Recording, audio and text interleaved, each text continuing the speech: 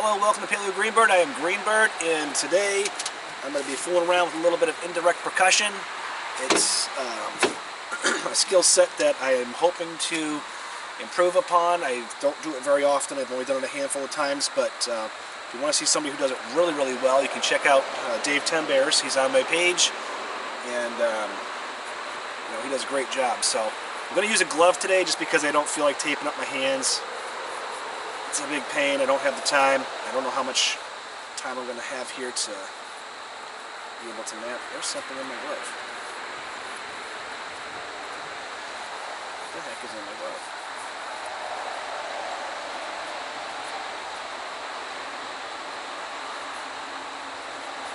So I'm going to take this off because either my kid's trying to prank me, or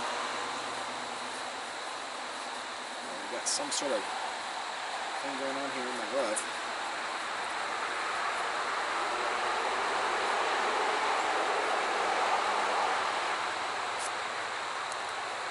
You know what that is?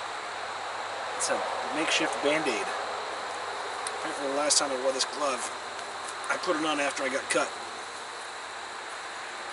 Would have probably been smarter to put it on before I got cut. I don't usually wear a glove when I'm napping, but with this indirect, it's sort of like working with hammer stones. It means you're right on your hands, and I'm not that great at it, so better safe than sorry. Let's see here, a grinding stone.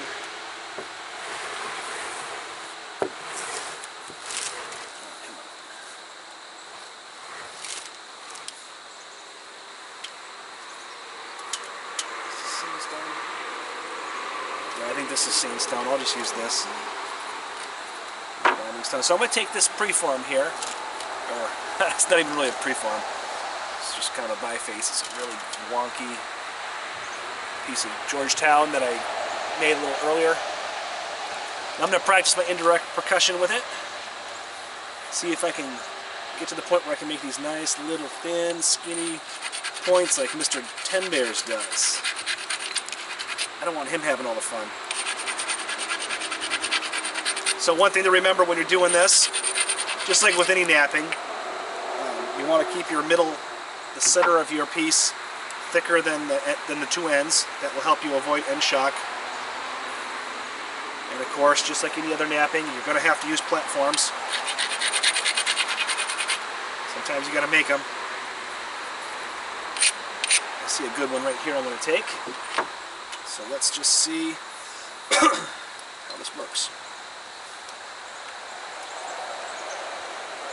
Push into the platform a little bit. And I got an itty bitty flake.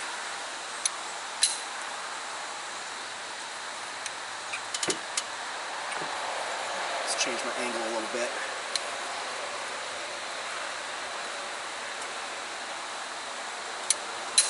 There we go. Got a better flake on that one. Still nothing much showing. So I thought, while I'm doing this, because I'm sure my lack of skill here is going to be less than entertaining, I can tell a really cool story. What I think is a cool story. A story that I would want my daughter to know when she grows up, if I haven't had a chance to tell her already.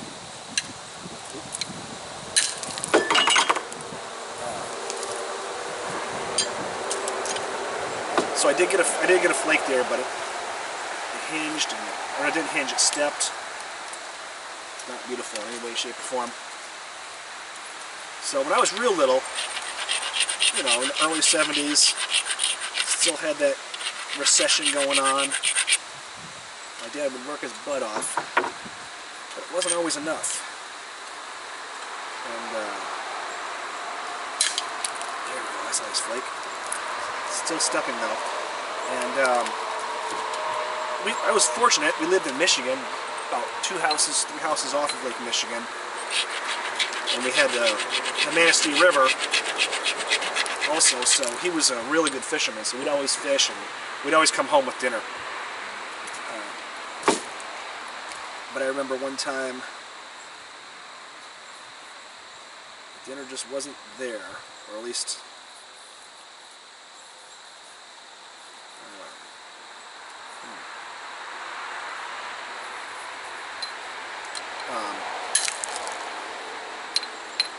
that night.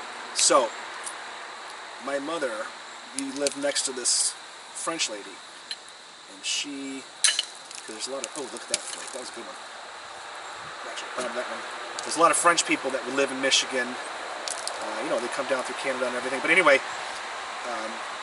she asked us to save her all of our chicken gizzards, because we would buy chickens because, not chickens, but chicken, because it's one of the cheapest things. You buy a whole chicken, break it down, eat relatively good for a few days. So we would just save all the chicken gizzards, because she cooked them up. She did something with them. I don't know what she did with them, but you know, obviously to us they were inedible. Well, one day when there was not a dinner, unbeknownst to me, because my parents did an amazing job never letting me ever feel food insecure, which is what they would call it now. Oh, that was another good flake. So there was nothing to eat. So what my mom did, in her infinite wisdom, is took all those chicken gizzards, put them in a pan. I can't remember if we had onion or not, or what we had. I don't really remember a whole lot of it. And she told me, tonight we're having lizard gizzard stew. And I was like, lizard gizzard stew? She's like, yeah. We're going to have dinosaur for dinner. How amazing is that? You know, when you're, oh, that's a good flake. So cash deprived that you can't put food on the table, yet you still have the ability to, you know, make your kids feel happy and not understand how cash deprived you really were. I mean, that's just, I need the hammerstone. That's just amazing. So I had the lizard gizzard stew, and it was really cool. I loved it. I have no recollection of it tasting bad. I do remember, though, that my mom did not eat that night. She refused to eat it. I don't know about my dad, if he ate it or not.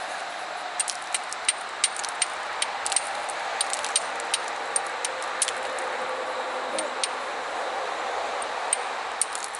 just, I think about memories like that. That makes me just want to be even as a fraction of as good as they were as parents. Anyway, just thought I'd share that story. So I'm going to shape this a little bit. I didn't really have any platforms, and I'm getting a lot of step fractures and chatter. So I'm obviously not doing this right, but the only way to figure something out is to do it wrong a million times. You need to lower this edge. You need to bring this edge down so I can run some flakes this way. That's why I'm trying to take it off this way. If I take it off this edge, it should lower it on this side.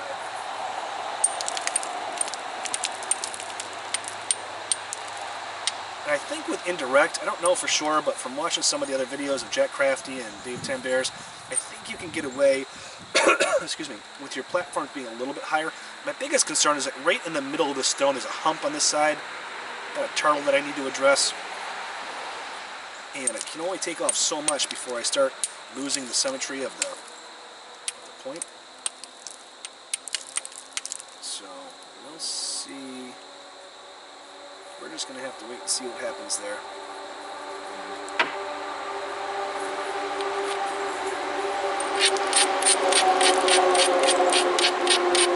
I know, there's lots of cars, lots of wind. I've heard it a million times. Sorry, I'm doing the best I can.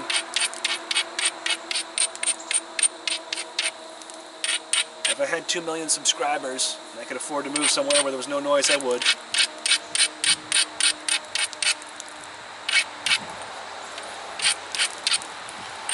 In the meantime, watch the videos if you like them. If not, I don't blame you. Alright, so I'm going to try and drive a flake right down this big ridge right here. It's going at a strange angle, but I need to start thinning that. So I'm actually going to toughen up that platform a little bit.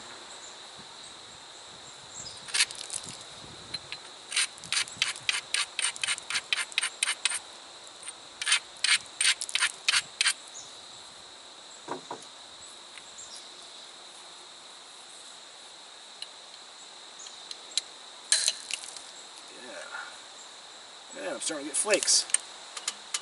Look out, Dave, here I come. Take something off the base right here, I think, though, over here. I need to get a better mallet.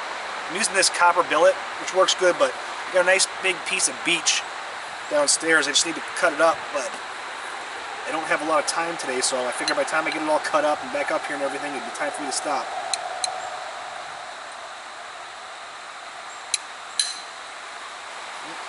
Flake there. And I know I should be wearing jeans instead of these, I don't know, Dockers or whatever the heck they are.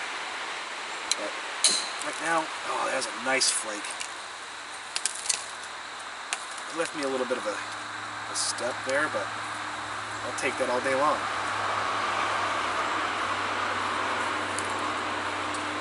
Yep, this is going better than I planned. So I'm still doing what I always do. I'm still keeping an eye on, you know, what edges I have that can take off. Like I have a thick spot right here. I see a couple platforms over on this side, so you know, why not try and take those? I'm creating sort of an island in here. I'm gonna have to address that at some point, but I still have enough thickness to do it, so I'm not gonna panic about that.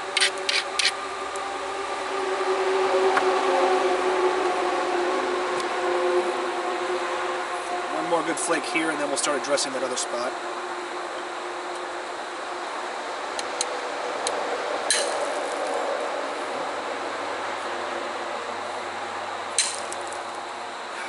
You can tell when I hit wrong because my fingers hurt. I'm hitting my fingers with the tool. You shouldn't be doing that. You should only be supporting the rock with your finger.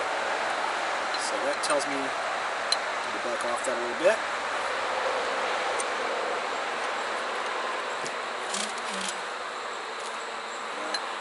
My finger hurts. I hit myself good that time. Trying to keep my tool horizontal. I have a tendency to kind of get all wonky with it, but it's okay, I'm learning.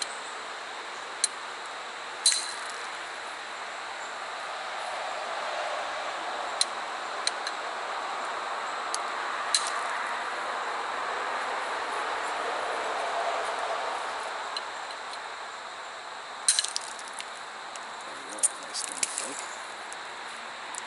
Almost too nice.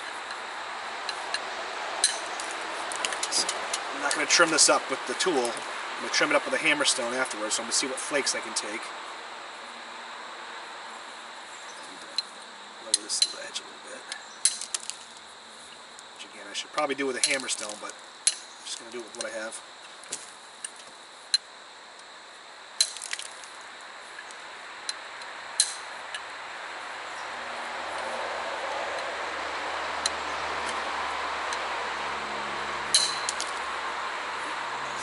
Flake.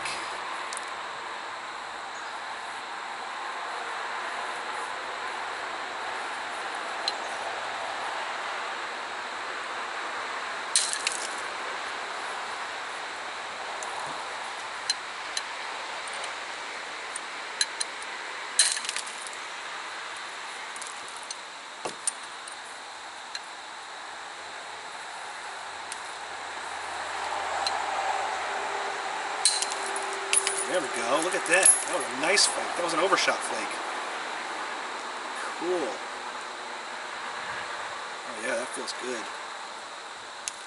Got this junk in the middle I'm going to take care of, but I've learned, just don't get caught up in that. Don't feel like you need to fix it right away. There's plenty of time to fix it later. See what I'm talking about? That junk that's right there in the middle. I don't know if you can see with these Mickey Mouse gloves on, but I mean, I'm tempted to try and take care of that right now, but I need to address, cannot let that middle get thicker, or thinner getting on my ends here, so I just need to stay on task. In fact, I'm going to take a couple more hits and go back to the hammerstone.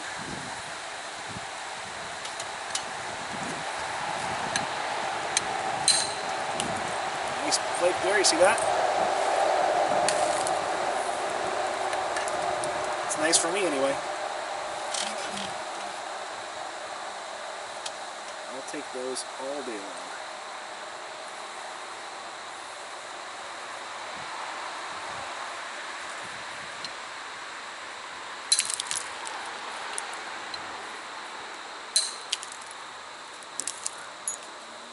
Still got to worry about support. Nothing changes as far as the fundamentals of flint knapping. That's a good flake.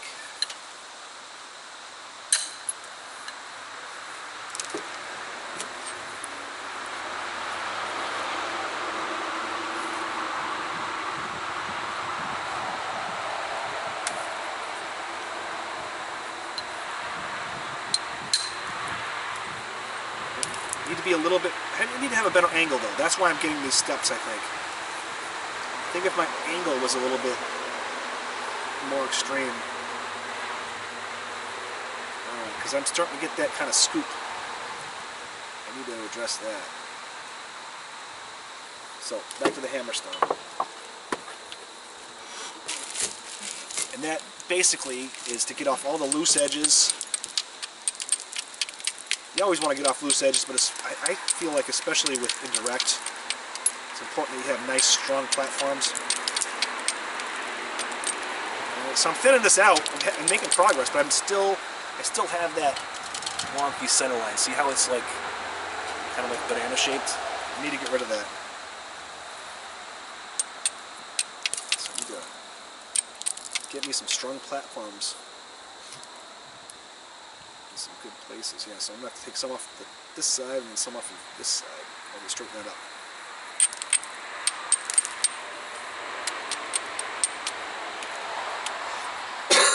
Excuse me. I'm still a little under the weather.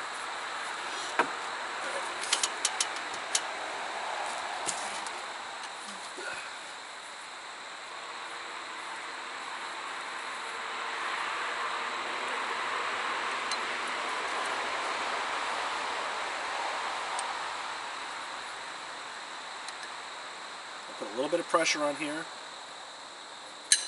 Oops, I should definitely get a good hit on that. But alright, so I'm going to line up my platform. I'm going to push a little bit on there. Just a little bit. Just because we are trying to drive a flake, right? I got it. I did hit my finger again. I'm getting sick of that.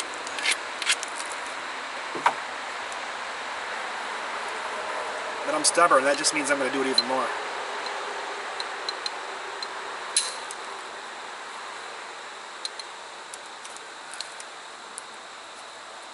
I need a bigger billet.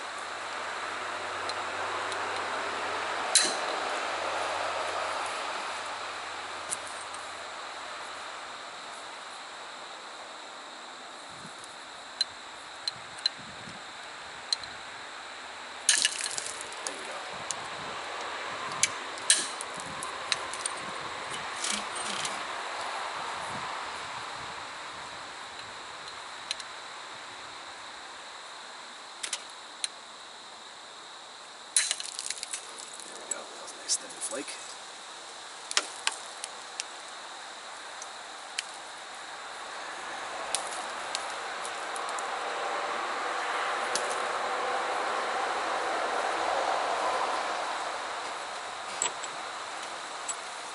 Grinding. I don't really have a platform.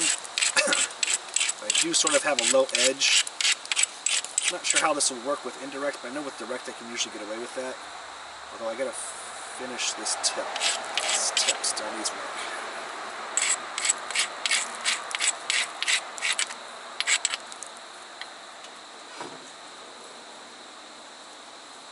Just trying to flatten this out, really.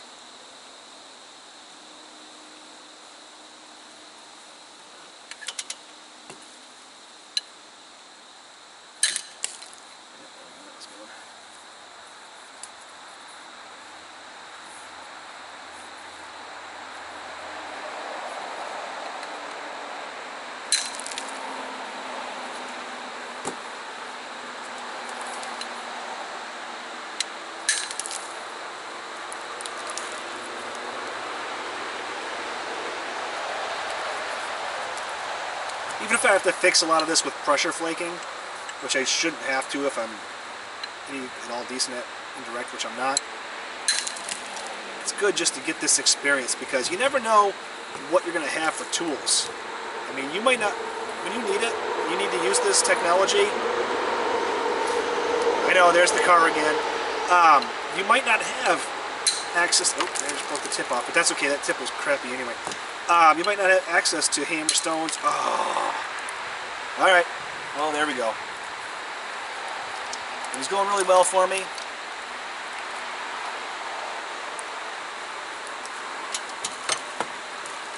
Until I started losing focus. Well, I'm not going to blame it on losing focus. But check it out. I had a pretty decent, starting to get a decent preform there. I was thinning it out a little bit.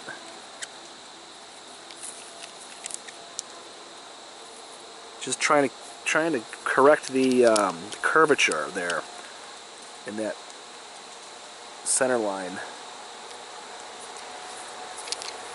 Now this is a little bit bigger than a lot of people use for indirect percussion, so maybe I'll just take this point here, try and make something out of that. Mr. 10 Bears would probably make 3 points out of this. He'd make the rock grow. So anyway, I hope you enjoyed this. And I apologize for the lack of an impressive ending, but this is sometimes what happens. You know, if you're not breaking rock, you're not pushing your limits, and that's exactly what I was doing today, was pushing my limits. So anyway, I'll see you in the next video. Please like, please share, please subscribe, please inundate me with comments. Alright, I hope you're having a fantastic day, everybody. Haley Greenberg signing out.